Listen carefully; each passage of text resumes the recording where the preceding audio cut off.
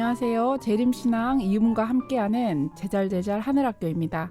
오늘 함께해 주실 분은 동중한 앞에 여성전도와 가정봉사부를 맡아 정말 바쁘게 봉사하고 계시는 박성경 목사님이십니다. 목사님 안녕하세요. 네, 안녕하세요. 반갑습니다. 네, 목사님 이 시간에는 하나님께서 원하시는 자녀교육, 즉 성경과 예언의 신에서 자녀교육에 대해서 어떻게 기록하고 있는지 목사님의 말씀을 좀 듣고자 하는데요. 우선 성경에서 자녀 교육이나 자녀들에 대하여 언급한 말씀들이 많이 있을 텐데 그 중에서도 목사님께서 좋아하시거나 또 중요하시다고 생각하시는 말씀들을 좀 소개해 주시겠어요? 네. 하나님께서는 한 아이를 어떻게 보실까요? 그냥 아이로만 보는 것이 아니라 한 민족과 나라로 보신다고 합니다. 네. 성경의 기록을 보면 창세기 21장 18절에 일어나 아이를 일으켜 내 손을 붙들라. 그가 큰 민족을 이루게 하리라. 이 말씀은 쫓겨나고 버림받은 것처럼 생각되어진 이스마엘을 보며 하갈에게 하신 이야기죠. 예. 창세기 25장 23절에는 두 국민이 내 태중에 있구나. 에서와 야곱을 품은 리브가에게 하신 말씀입니다. 또한 노년에 어렵게 얻은 자녀를 통해 하나님의 약속을 이루어가는 아브라함의 이야기를 기억하실 겁니다. 예. 하나님께서는 당신을 믿는 한 명의 자녀에게 얼마나 큰 약속과 기대와 꿈을 가지고 계시는지 아마 우리는 정말 상상조차 할 수 없는 일일 겁니다. 목사님 정말 그러네요. 비록 하나님께서 말씀하신 약속의 자녀가 아니었지만 이스마엘에게도 민족을 약속해 주셨죠. 비록 하나님의 기대에 어긋나게 사람의 뜻대로 해서 태어났지만 그 자녀조차도 하나님이 함부로 대하시진 않네요. 네, 하나님의 시선에서는 그 어떤 자녀도 가볍거나 하찮게 여기실 수 없으신 거죠. 예. 이렇게 생각해 보면 우리 아이들을 어떻게 대해야 하는지 다시 한번 생각해 보게 됩니다. 네. 더욱이 요즘은 출산율이 너무 저조한 시대잖아요. 맞아요. 말 그대로 정말 아이 자체, 그 자체만으로도 정말 귀한 시대가 되었는데요. 예. 어떤 목사님께서 꿈꾸는 재림교회의 모습, 그 미래에 대한 글을 기록한 글을 보았는데요. 제가 좀 소개하고 싶은 마음이 있어서 읽어드리려고 합니다. 예. 그 분위기와 느낌을 상상해 보시면서 들어보시면 좋겠습니다. 네. 아직 앳되어 보이는 젊은 부부가 차량에서 내린다. 그들은 뒷좌석 카시트에 타고 있던 아이 둘을 하나씩 품에 안고 교회 안으로 들어온다. 교회 안팎에서 반가운 미소로 맞이하는 집사님들의 환영을 받으며 엘리베이터를 타고 잠옷이 있는 3층에 내린다. 잠옷실엔 이미 30여 명의 엄마들이 아이를 한둘씩 붙잡고 정겹게 이야기를 나누고 있다. 젊은 아빠는 미안한 표정으로 잠옷실로 들어간 엄마에게 아이 둘을 맡긴다. 청년 교사로 활동해야 하는 젊은 아빠는 청년관 문을 연다. 아직 50여 명 정도밖에 오지 않았지만 예배 전까지 한 200여 명이 모일 예정이다. 청년과 준장년들 100여 명으로 이루어져 있는 이 교회 찬양대는 피아노와 파이프 오르겐 그리고 20여 명 규모의 실내악 반주에 맞추어서 젊고 건강한 음성으로 힘찬 찬양을 올린다. 예배 시작하는 시간 30분 전부터 교회 일대의 교통이 복잡해지고 사방에서 교회를 향하여 오는 신자들의 행렬이 이어진다. 2부 예배 참석 인원만 1000여 명에 이르고 1부와 3부 예배까지 포함하면 한 안식일 출석 인원은 2000명이 넘는다. 예배를 마치고 교회를 나가는 신자들의 모습은 마치 동심원을 그리며 예배의 감동을 세상에 실어 나르는 은혜의 파문처럼 보인다. 예배를 마치면 소수의 사람들만 그들의 집을 향해 가고 대부분은 소그룹별로 지역사회를 위한 사역을 펼친다. 그 교회는 단지 예배일에만 분주하는 것이 아니라 일주일 내내 지역사회 이것저것에서 봉사와 선교활동을 펼친다. 이 교회의 영향력은 점점 커지고 교인 수는 날로 증가하며 특별히 젊은 신자들과 어린이, 청소년을 위한 사역이 계속 성장하고 있다. 와, 말씀하신 것처럼 상상하면서 들었는데 목사님 규모 면에서 현재 한국 재림교회들에 비해서는 엄청나네요. 그 목사님이 꿈꾸시는 게 비단 규모 면에서만 큰 걸 바라신 건 아닌 것 같은데요. 같은 목회자로서 어떠신가요? 네, 사실 규모도 탐나지만 예. 탄탄한 기반이 되어주는 젊은 세대들의 사역과 예. 지역에 미치는 선한 영향력, 그로 인하여 무궁무진한 성장 가능성을 품은 교회. 정말 상상만으로도 행복한 일인 것 같습니다. 예, 맞아요. 어린이나 청소년을 자녀로 두신 부모님들에게는 정말 꿈의 교회가 아닌가 싶네요. 모두가 출석하고 싶어하는 교회가 아닐까 하는데요. 네, 상상만으로도 무척 행복합니다. 예. 우리 교회가 이런 교회를 꿈꾼다면 지금 우리의 현실로 봐서는 절대 이루어질 수 없는 꿈일까요? 사실 성경에는 이 목사님이 꿈꾸는 것처럼 비슷한 이야기가 기록되어 있습니다. 예. 이스라엘 자손은 생육하고 불어나 번성하고 매우 강하여 온 땅에 가득하게 되었더라. 출애굽기 1장 7절의 말씀인데요. 예. 이렇게 생육하고 불어나 번성하고 온 땅에 가득하게 되었다는 이 말씀이 이루어진 때는 언제였을까요? 다윗이 왕이 되고 솔로몬이 이어받아 엄청 강하고 부한 이스라엘 역사에서 가장 성공적인 시대의 이야기일까요? 아닙니다. 이 말씀은 이스라엘 백성들이 애굽의 노예로 있었던 시대의 이야기죠. 가장 어려웠던 시대의 이야기입니다. 예. 뭐 요셉이 살아있었다면 좀 나았을지 모르겠지만 요셉을 알지 못하는 왕이 일어난 다음에 이스라엘 백성들에게는 엄청난 인구 억제 정책이 펼쳐졌죠. 1차적으로는 강제 노역이 부과되어서 그들의 삶의 질은 급격하게 저하되었습니다. 예. 한마디로 전역이 없는 삶이었습니다. 예. 그러나 이스라엘 백성은 학대를 받으면 받을수록 더욱 번성하여 퍼져나갔다고 기록합니다. 강제 노역의 강도는 더 세지고 국가가 산파를 매수하여 남하면 죽이고 여하면 살리라고 합니다. 물론 하나님을 두려워하는 산파들을 통해 아기들의 생명이 소중히 다루어지긴 했지만 아이를 출생하는 일도 어쩌면 축하를 받아야 할 아이를 품는 것조차도 두려운 시대였을 겁니다.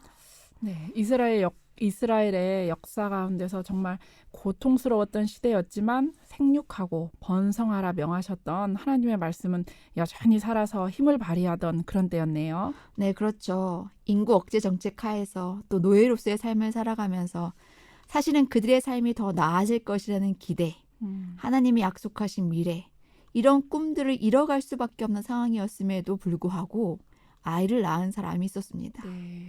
아므람과 요게벳, 그들에게는 이미 남매가 있었음에도 또 아이를 출산하죠. 예.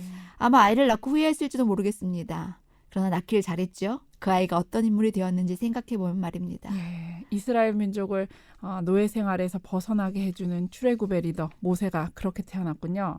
네, 맞습니다. 아이를 품는 것조차 절망해야 하는 상황 속에서 기록된 이 말씀은 저에게도 사실 큰 희망과 위로가 됩니다. 아직도 여전히 꿈을 가지고 우리를 바라보신 하나님의 기대를 보는 것 같거든요. 네.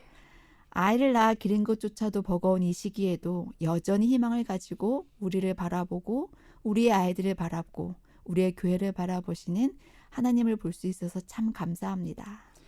목사님 말씀을 들으니 하나님이 희망을 가지시면 저희도 또한 믿음의 눈으로 하나님의 시선으로 세상을 보고 또 우리 자녀들을 보고 교회의 미래를 볼 수 있어야 하는데 때때로 그렇지 못한 저의 믿음 없는 모습이 떠올라서 죄송한 마음이 드네요. 모든 자녀는 하나님께서 부모라는 이름에 우리에게 맡겨놓으신 하나님의 자녀인데요. 하나님은 과연 부모라는 이름으로 우리에게 맡기시면서 어떤 기대를 하고 계실까요? 목사님 그렇게 물어보시니 다시 생각을 하게 되는데요. 하나님이 참 부족한 저희에게 부모라는 이름을 가지게 해주시고 또 거기다 더해서 큰 기대를 하고 계신다니 하나님의 그 기대가 기쁘기도 하고 또 버겁기도 합니다. 네, 많이 버겁기도 하시겠죠. 예. 그러나 그 부모의 무게를 잘 감당할 수 있도록 하나님께서 부모들에게 더 큰 은혜를 주시지 않을까라는 생각을 합니다. 네, 그래서 더 하나님께 무릎 꿇는 일이 필요하겠죠. 네, 맞아요. 네, 12월이 되면 목회자들을 통해서 그해 각 교회에서 출산한 가정들을 조사하고 있는데요. 예. 그 숫자가 매해 감소하고 있습니다. 심지어 저희 동조연합회는 400여 명의 성도들이 출석하는 큰 교회조차도 한 명의 출생한 아이가 없는 것을 보면 정말 심각한 일이 아닐 수 없다고 생각이 듭니다. 네. 저출산이 한국 전체의 문제뿐 아니라 저희 재림교회에도 현실적으로 또 체감하고 있는 문제네요. 네, 연구조사를 보면 좀 더 심각한데요. 많이 들으셨겠지만 2006년에 옥스퍼드 대학 인구문제연구소가 선정한 22세기 지구상에서 가장 먼저 소멸할 국가는 대한민국이라고 합니다. 아이고. 지금 대한민국은 저출산율 세계 1위이고 가장 빠른 속도로 초고령화 사회에 접근하고 있습니다. 예. 그런데 이미 교회는 이런 사회 현상을 앞질러서 이미 2017년에 노년 신자의 비율이 26%에 이르러 이미 초고령화가 되었습니다. 목사님 정말 심각한 수준이네요. 네, 도시든지 시골이든지 할 것 없이 교인들의 평균 연령이 계속 높아지고 있고 게다가 교회 안에서 결혼한 젊은 부부들이 출산을 힘겨워하고 있으며 교회를 떠나가는 청소년의 비율이 점점 높아지고 있습니다. 지난 20년간 재림교회 통계를 살펴보면 1에서 3세 연령의 인구는 급격히 감소했는데요. 1998년에 3,378명이었던 것이 10년 후 2007년에는 3,124명, 예. 다시 10년 후 2017년에는 1,644명으로 아주 급감했습니다. 아, 정말 급속도로 줄어든 1, 3세 연령 인구. 아, 정말 심각한 문제 같아요. 저도 중소도시의 교회를 출석하고 있는데요. 저희 교회도 어린이가 저희 아이 하나랑 또 터울 많은 초등학생 형 둘 이렇거든요. 정말 어린 아이들이 교회에서 너무 귀하게 됐어요. 2006년도 저희 교회가 개척되어서 헌당했을 때만 해도 아이들이 많아서 패스파인더 발대식도 하고 젊은 교회였는데 지금은 그 아이들이 다 청년들이 되고 애들이 없어진 거죠. 슬픈 현실이에요. 네, 아마 이것은 비단 그 교회만의 일이 아니라 네. 전반적인 한국의 재림교회 일이라고 생각합니다. 네. 한때 성장에 성장을 거듭했던 교회들이 지금은 쓸쓸한 쇠퇴의 길을 걷고 또 준비하고 있는데요. 교회의 젊은이들을 찾아보기 힘들고 어린아이 울음소리가 그친 지 오래되었습니다. 왜 그때 그들을 철이 없다고 타박했는지, 복장이며 머리 색깔로 핀잔을 줬는지, 아이들을 조용히 시키라고, 애들이 뛰지 못하게 하라고 젊은 부들에게 주의를 줬던 그 모든 일들이 아쉬움으로 남습니다. 이제는 어떤 모습으로 오든지 환영하고 싶고 조금 시끄러워도 그냥 그 자체만으로도 반가울 것 같습니다. 네. 목사님 말씀을 들으니까 저출산도 문제긴 하지만 재림교회가 가지고 있는 전통이랄까요, 특성이랄까요, 이런 점들로 인해 재림교인들, 특히 어린 재림교인들을 많이 잃었다고 해도 될까요, 목사님? 물론 목사님이 타박하시고 주의를 주신 건 아니지만 저희 재림교회가 타 교파에 비해서 좀 엄격하다라는 말을 많이 듣잖아요. 네, 많이 듣죠. 그래서 네. 사실은 좀 활동적, 개방적인 우리 청년들에게는 사실은 어쩌면 교회 오는 것만으로도 기적처럼 보이게 보이기도 합니다. 네. 아이, 그럼 어떻게 해야지 우리 어린 자녀들과 젊은이들을 세상에서 찾아오고 다시 또 빼앗기지 않을 수 있을까요? 실제적인 부분의 작은 부분들은 또 다시 이야기하겠지만 아무튼 우리의 교회가 믿음으로 출산하는 2030 세대가 많아지는 교회였으면 좋겠다고 생각이 듭니다. 네. 젊은이들이 출입할 수 있는 교회가 되게 하고 아이 엄마 아빠들이 제집 드나들듯이 올 수 있는 교회. 네. 아이들의 영적인 양육을 위해서 후원을 아끼지 않는 교회를 꿈꾸어 봅니다. 아이의 탄생과 양육과 성장을 축복하는 교회가 되어야 하고 예. 세상이 힘들고 소망이 사라지는 것처럼 보이는 시대일수록 이 믿음을 지키고 전승하는 일을 중요하게 생각하는 교회가 되었으면 좋겠습니다. 네. 사실은 그렇게 해주지 못하는 기성세대의 불만을 갖기보다 이제는 예. 지금부터 네. 우리부터 그런 생각을 하는 사람들로부터 그러한 교회로 함께 만들어갔으면 좋겠다라는 생각이 듭니다. 네. 이스라엘 백성들의 가장 어려운 시기에 생육하고 불어나 번성하고 매우 강하여 온 땅에 가득하게 되었다라는 말씀을 이루신 하나님의 역사가 정말 가장 어려운 것처럼 보이는 오늘을 살아가는 재림교회도 일어나기를 간절히 소망하고 바라봅니다. 네. 한 민족과 국가로 보시는 원대한 하나님의 기대와 꿈을 이루기 위해 하나님의 자녀를 품은 부모들과 교사들이 맡기신 사역을 잘 감당할 수 있기를 저도 함께 기도합니다. 말씀을 들으니 새삼 사명이라는 말이 생각이 나네요. 네. 한 아이를 한 민족과 국가로 보시는 하나님, 저희는 아이들을 키우면서 저희 자녀들을 귀하게는 생각했지만 한 민족과 국가로 보지는 못했지 않나 하는 생각을 해봅니다. 부모와 교사들이 하나님이 맡겨주신 한 민족과 국가된 아이들을 좀 더 사명감 있게 대하고 또 하나님이 자녀된 저희에게 베풀어 주신 그 사랑을 저희가 늘 생각해 보면서 저희 아이들을 대하겠다는, 사실 어찌 보면 당연하지만 저희가 또 잘 실천하지 못하고 있었던 점을 깨닫게 됩니다. 네, 태어나는 모든 아이에게는 부르심이 있습니다. 우리가 할 일은 그 부르심에 응답하는 아이들로 성장하도록 잘 도와주는 것입니다. 하나님의 시선으로 아이를 통해 이루실 한 나라와 한 민족을 기대하며 우리 아이들을 바라보는 일이 필요한 것 같습니다. 네. 우리 아이들이 세상의 기쁨이 되며 하나님께 바쳐진 인생을 살고 부르심을 아는 인생을 살도록 우리 모두 기도하는 부모가 되기를 간절히 소망해 봅니다. 네. 저도 그 일을 맡은 한 사람으로 이 무겁고 중대한 일들을 함께 나눌 수 있는 여러분이 있어서 다행이고 감사하게 생각합니다. 우리 함께 마음을 모아서 이 일들을 잘 이루어가는 협력자가 되어주시기를 부탁드립니다. 네. 목사님 오늘은 하나님이 원하시는 자녀 교육이라는 주제로 함께 말씀을 나눴는데요. 저희 모두에게 울림이 있는 시간이었지 않나 하는 생각이 듭니다.